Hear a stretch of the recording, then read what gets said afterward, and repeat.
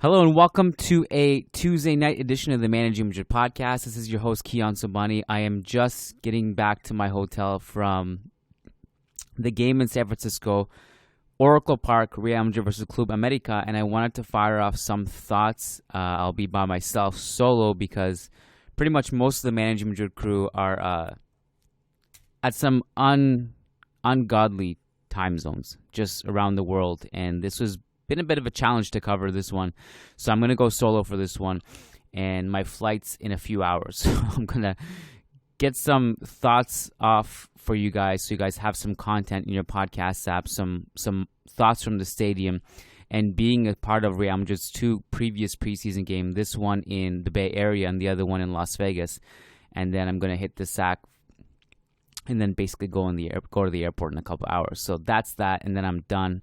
I'm not going to Los Angeles. I'm going to go and see my kids and spend some time with them. So I just want to share my experience at Oracle Park in Vegas. You guys heard some of the Vegas stuff, and the San Francisco podcast, which was yesterday, was quite frankly one of the best live podcasts we've ever done. I couldn't get over how amazing the people in the crowd were.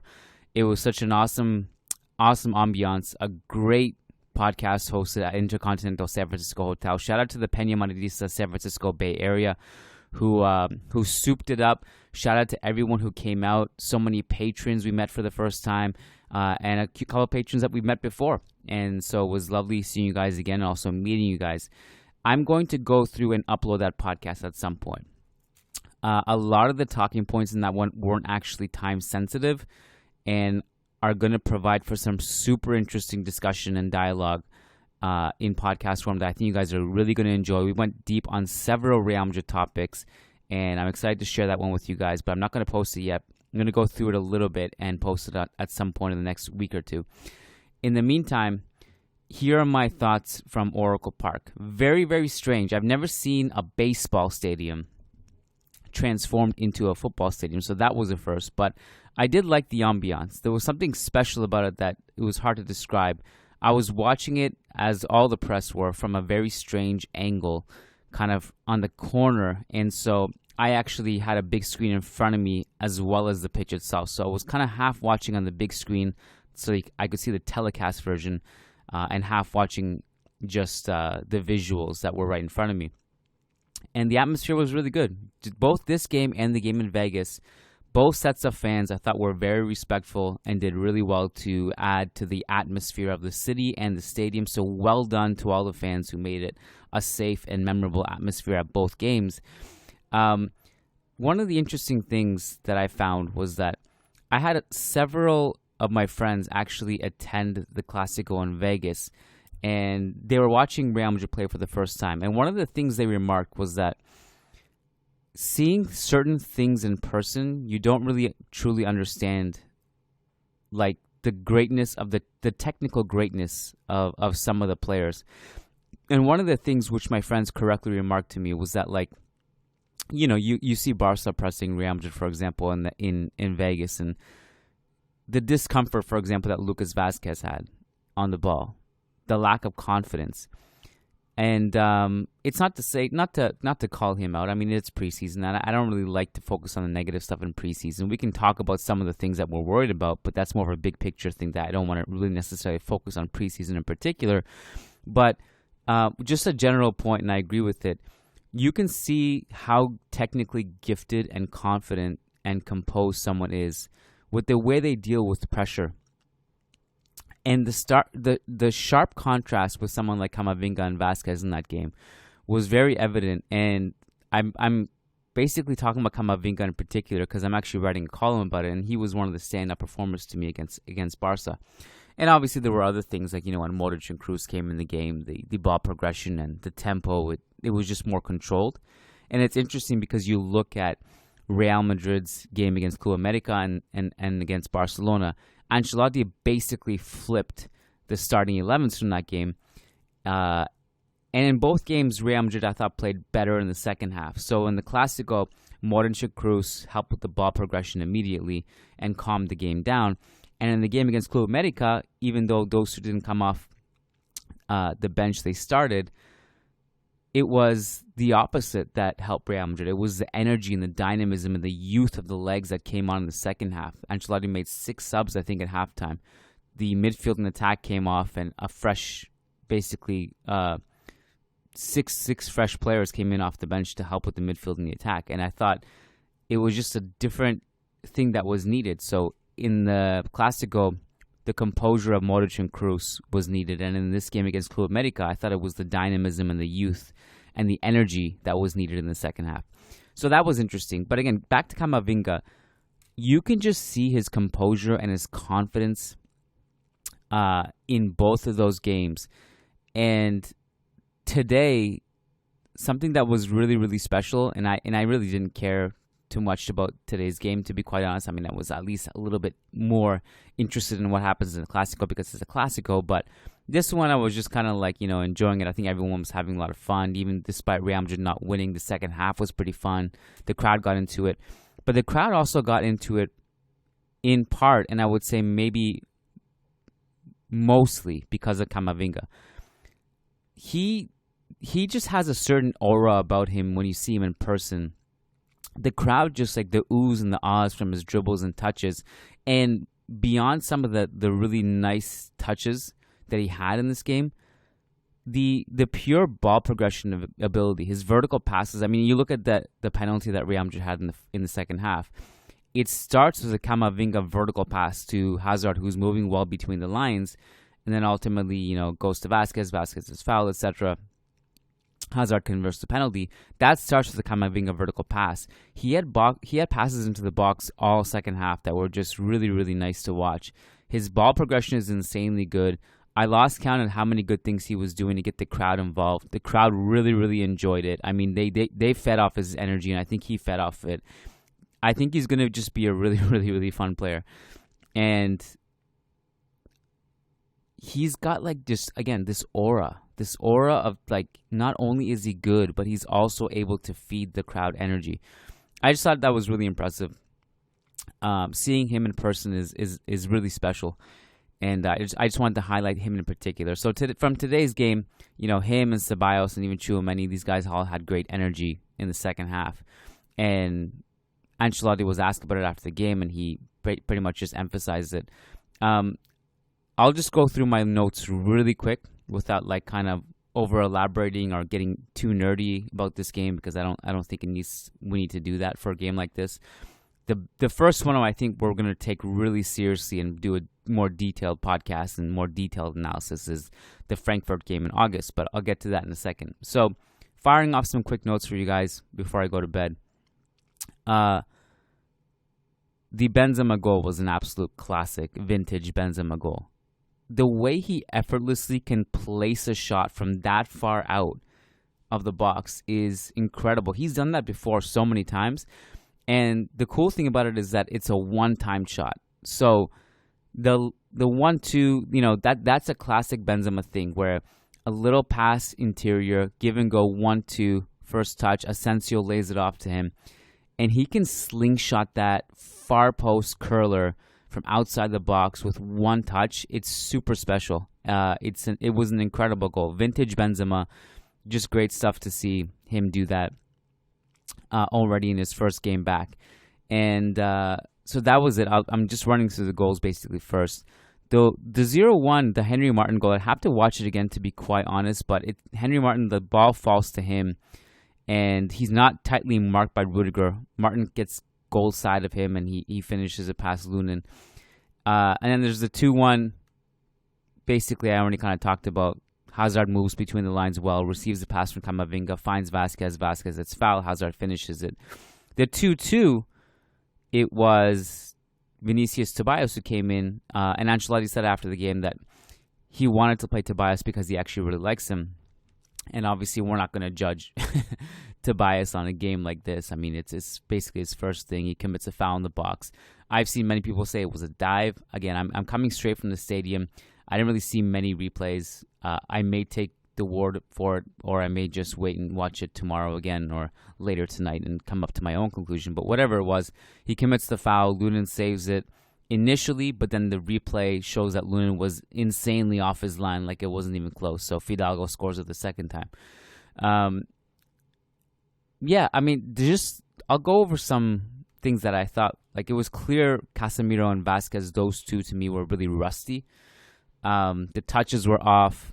They're taking defensive gambles. They're lunging into challenges, getting burned on the defensive end. I thought those two kind of stood out as like maybe negatives. Again, I don't like to really go over negative stuff in the preseason because it's preseason.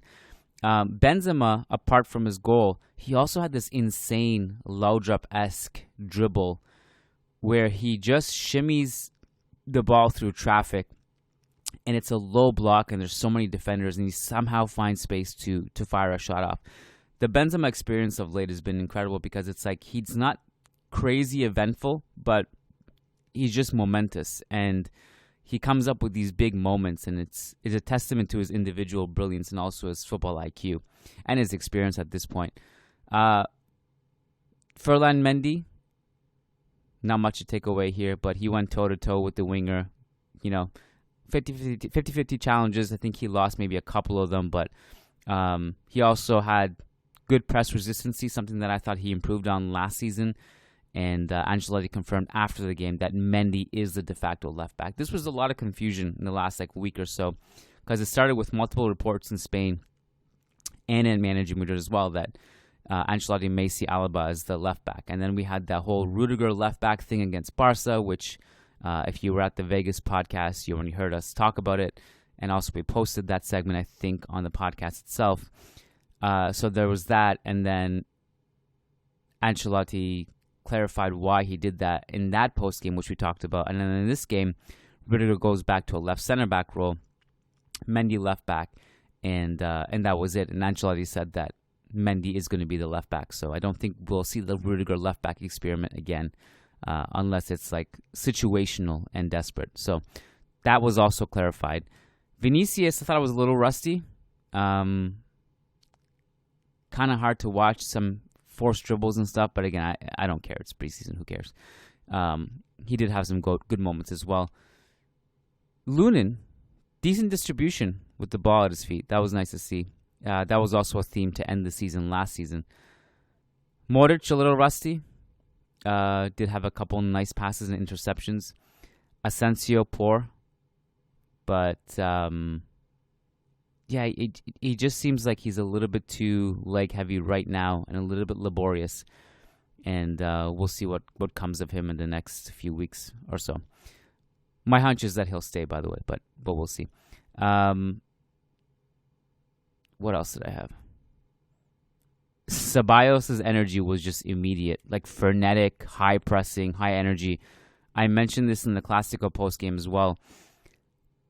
He just started to win the ball high at the pitch like 4 times against Barca, and his energy was just contagious.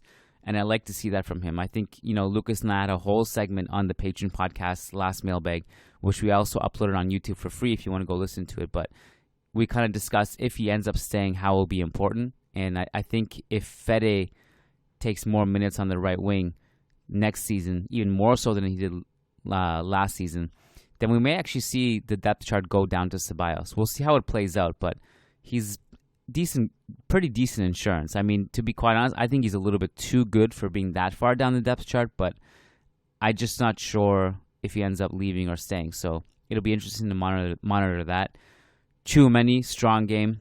One of the things I like about Tchouaméni is that he's so good positionally on defense, where he'll just pop up in the opponent's blind spot and thieve possession, and he's so good at that. And it's kind of like him and Camavinga both have similar traits in that they're great ball winners, they're great at reading passing lanes, and their slide tackles on unsuspecting players are about as elite as it gets. So I'm looking forward to seeing how those two mesh together. What else do I got? I don't think I got too much. Ancelotti said after the game that Carvajal is fine. He'll probably play against Juventus. He'll definitely play Super Cup. And that's the game where he said that he's going to play as Gala 11, and he kind of alluded to the fact that he's probably going to ride the team that won the Champions League final because he feels that the Super Cup is an extension of last season. And so that may not, it's not to say that he wouldn't play Tchouaméni and Rudiger in that game, but from a starting lineup perspective, I think he'll go with the Champions League final against Liverpool in Paris as his preferred 11 for that game. Yeah. I'm going to wrap it here because I'm just tired. I'm amazed I even got through this podcast. I almost didn't do it. But I love you guys, and I wanted you guys to have something in your podcast app. And I think once I go back home, I'll recalculate, catch up on sleep, because I haven't slept in about 72 hours now. This trip has been wild. And once I go back, I'll recalibrate and plan out some Patron-only content. Get in touch with Matt and Lucas for Tapas and Mailbag. And also just probably put out some really great conversations we had at the San Francisco podcast. Thanks for coming out, guys. It was awesome seeing you in San Fran. And keep it locked on Managing Madrid. We also have a lot of good written coverage on the site right now on managingmadrid.com. All post-game stuff for the Club America game, which I think you'll enjoy. And also the post-game quotes from Carlo and some other tactical stuff. So enjoy. Thank you, guys. Appreciate it. Take care. Hala Madrid. All right, before we wrap it up, we wanted to give a quick shout out to our patrons over on patreon.com/managingmadrid. You do so much to help support the show. And as always, if you pledge $10 or more, you get a specific shout out on the podcast.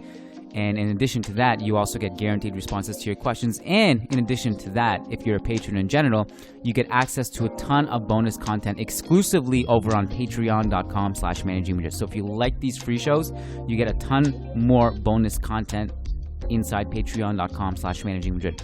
Shout out to these $10 plus patrons who do so much to support the show. Brandon Alvarez, Willie Reed, Wei Pering, Wamik Jamal, Umar Mahadi, Tyler Simon, Tobias Arroyo Botcher, Tariq Goktas, Talib Salhab, Tahmid Kalam, Sushank Damala, Sujai Wani, Sumanshu Singh, Shivam Tiwari, Sherry Sorio, Sheikh Hatiri, Shamil Shabaz Sharipov, Sergio Arispe, Santos Solorzano, Samir Z, Said Mahad, Sai Mohan Sasi Kumar, Rodrigo Balmaceda, Rishi D, Rafi Irfan Zaman, Phoenix, Peter Powell, Paulo Fierro, Patrick Diafati, Oscar Barrera, Nico Laxo, Nicholas Zapatero Zubiare, Nicholas Moller,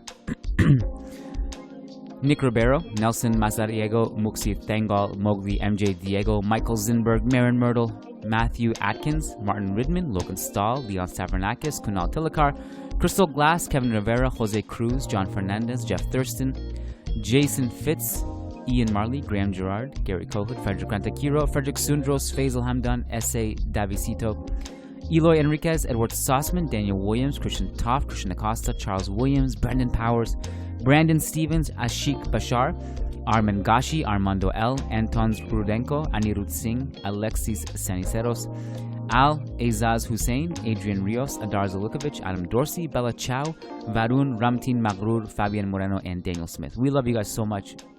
Thank you for the support, and thank you for being part of the family, and Hala Madrid.